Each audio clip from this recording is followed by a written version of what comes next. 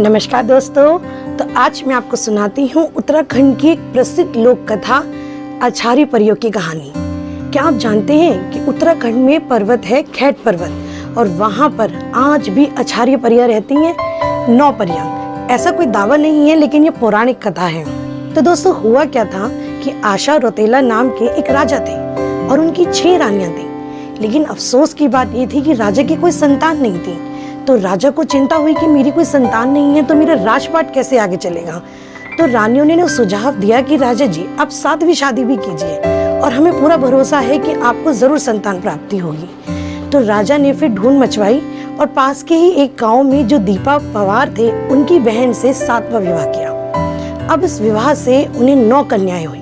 9 कन्याओं की प्राप्ति के बाद राजा की तो खुशी का ठिकाना नहीं रहा। राजा की वो 9 कन्याएं थी भी बिल्कुल परियों जैसी। कहा जाता है कि उनमें कुछ दिव्य शक्तियां भी थीं और बहुत सुंदर वो थीं। राजा ने भी उनकी परवरिश बिल्कुल किसी परियों की कहानियों की तरह करी। सुंदर सुंदर गहने, सुंदर सुंदर परिधान और पैरों में पायले पहन के जब वो राजकुमारियां छम छम करती करती पूरे राजमहल पूरे गांव में भागती फिरती तो हर कोई जैसे मोहित हो जाता। एकदम देवी समान रूप उन कन्याओं को लगता, जो देखता बस देखते ही रह जाता। कहा ये भी जाता है कि उन कन्याओं में बचपन से ही दैव्य शक्ति भी थी। एक बार जब वे कन्याएं गहरी नींद में सो रही थी तो उन्हें ख्वाब आया कि सेम के नागराज ने उनसे सपने में ही विवाह कर लिया और एक खैट पर्वत की दिव्य रोशनी उन्हें दिखाई दी। उन्हें ऐसा लगा जैसे एक पर्वत है जिसमें बहुत अच्छी रोशनी है और हमें वहां जाना चाहिए। खैर राजकुमारियां सुबह उठी और उनका वो ख्वाब भी टूटा। कुछ समय पश्चात राजकुमारों ने अपनी ननिहाल जाने की जिद की। राजा ने भी सोचा कि चलो इस बहाने ये अपने मामा से भी मिलाएंगी। और उधर मामा दीपा पवार की तो खुशियों का ठिकाना नहीं रहा। उन्होंने तो राजकुमारियों के आदर सत्कार में कोई कमी नहीं छोड़ी। इधर राजकुमारियां भी नए नए परिधान पहनकर नए नए गहने पहनकर छम छम छम छम करते करते अपनी ननिहाल पहुंची। जो भी उन्हें देखता बस देखता ही रह जाता। राजकुमारियों की खूबसूरती ही इतनी ज्यादा थी कि हर कोई उन पे जैसे सम्मोहित सा हो जाता। सारा दिन राजकुमारियां इधर से उधर गांव में खेलती रहती। ऐसे ही खेलते खेलते अचानक एक दिन उनकी दृष्टि खैट पर्वत की तरफ गई और तब उन्हें अपने ख्वाब का आभास हुआ और एक सम्मोहन सा जैसे उन्हें खैट पर्वत से महसूस हुआ। और बिना कुछ सोचे समझे 9 की 9 राजकुमारियां खैट पर्वत की तरफ प्रस्थान कर गईं। जब ये एहसास सेम के नागराज को हुआ तो उन्हें भी राजकुमारियों की चिंता हुई, क्योंकि उस रास्ते में एक राक्षस रहता था। सेम के नागराज ने उस दैत्य को भी अपने काबू में किया और बाद में उस दैत्य ने भी राजकुमारियों का आतिथ्य सत्कार किया और उनसे पूछा, बहनों तुम किधर जा रही हो? तो राजकुमारियों ने बताया कि वो खैट पर्वत जा रही है घूमने के लिए, थोड़ी देर तक वापस आ जाएंगी।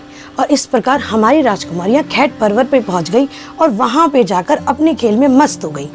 बहुत देर बाद जब उन्हें समय का एहसास हुआ तो उन्होंने देखा कि खैट पर्वत पे तो बहुत अच्छा उजाला हो रखा है, किंतु गाँव की तरफ अंधेरा है।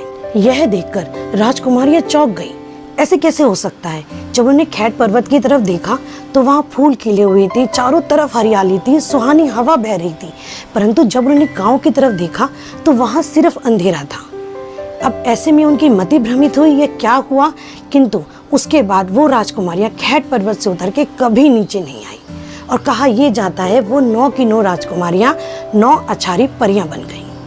उनकी दैव्य शक्ति का एहसास तो गांव वालों को, राजा को, मामा को पहले ही था और शायद वो परियों के रूप में ही जन्म लेने के लिए इस दुनिया में आई थी। खैर ये तो उत्तराखंड की एक पौराणिक लोक कथा है। तो आप इस कथा के बारे में क्या सोचते हैं ये जरूर बताइएगा। किंतु अगर आप खैट पर्वत के पास जाएंगे तो वहाँ ये बोर्ड आज भी लगा है। कहा जाता है कि अछारी परियों को गीत संगीत में भी बहुत प्रेम था। तो अगर कोई देर रात गांव में सुंदर कपड़े पहन के, परफ्यूम लगा के, ज्वेलरी पहन के और गीत संगीत गाता हुआ उस स्थान से गुजरता है तो अछारी परियां उसको अपने साथ ले जाती हैं। इसकी सत्यता का प्रमाण मैं नहीं करती हूँ क्योंकि ये तो लोक कथा है और मैं आई हूँ आपको कहानी सुनाने के लिए। नमस्कार दोस्तों, मैं सरुणिका बंसल शर्मा। दोस्तों ये कहानी उत्तराखंड की एक फोक स्टोरी है जो पहाड़ों पे ऊपर कही और सुनाई जाती है। मैं आशा करती हूँ कि मेरा ये प्रयास आपको अच्छा लगा होगा।